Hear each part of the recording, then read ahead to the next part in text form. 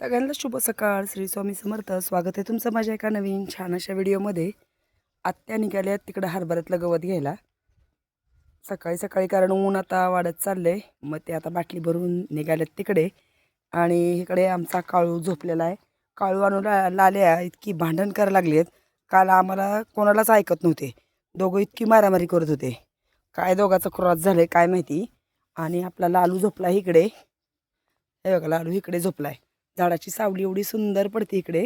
नंतर गाईंना बांधायला कांद्याचं एक ठेक ठेवलेलं आहे घरी खाण्यासाठी. कांद्याचा तमाशा तर सांगण्यासारखाच नाही आहे. कांदा गेला कसा. आणि आपलं खोबरं करपायला लागले बघते मी आता. तर आज मी जेवणात काय बनणार आहे ते तुम्हाला दाखवते. आमटीसाठी खोबरं हे केले, भाजले. येळण्याच्या आमटीसाठी तर मी बनवणार आहे पुरणपोळी. जाळ लागला त्याच्यामुळे खोबरे झालं. मी जास्त खोबरं घालत नाही आमटीला, थोडंसंच खोबरं, लसूण थोडंसं जास्त घालायचा. आणि इकडे आपली डाळ शिजलेली आहे. आज बनवायची आहे पुरणपोळी. आमच्याकडे शिवरात्र झाली की दुसऱ्या दिवशी पुरणपोळी बनवतात उपवास सोडण्यासाठी. तर आता डाळ पण शिजत आली आहे. बाकीचं बनवते मी.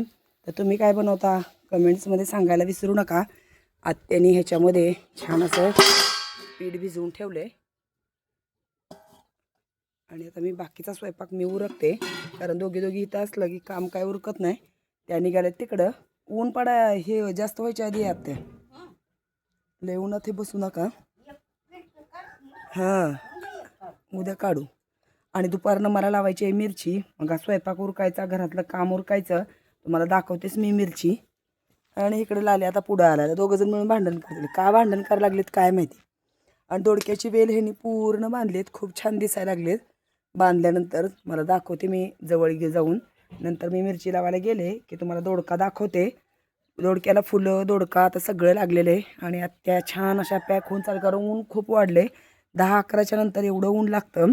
भात शिजत घालायचा आहे. तर तांदूळ घेतलेत. गणेशला आमच्या येळण्याची आमटी आणि पोळी दे म्हणला डब्याला. क्लासला गेलाय तो.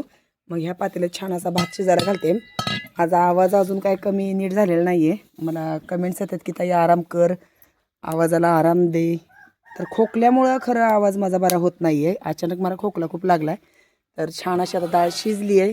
तुम्ही काय करणार आहे शिवरात्र सोडायला ते मला कमेंट्समध्ये नक्की सांगा. गणेश सकाळी बिस्किट पण खात नव्हता. त्याला वाटायचं उपास म्हणजे एकदाच खायचं असं त्याचं म्हणणं होतं. पोरांचं कसं असतं ना. लाल्या कुठे निघालाय तू. मोठी कुत्री येतात आणि त्यांना भुंकायला जातात. कुत्री मिळून ह्याला मारणार. चला मग भेटूया पुढच्या व्हिडिओत. पोळ्या केल्यानंतर मस्त तुम्हाला दाखवते.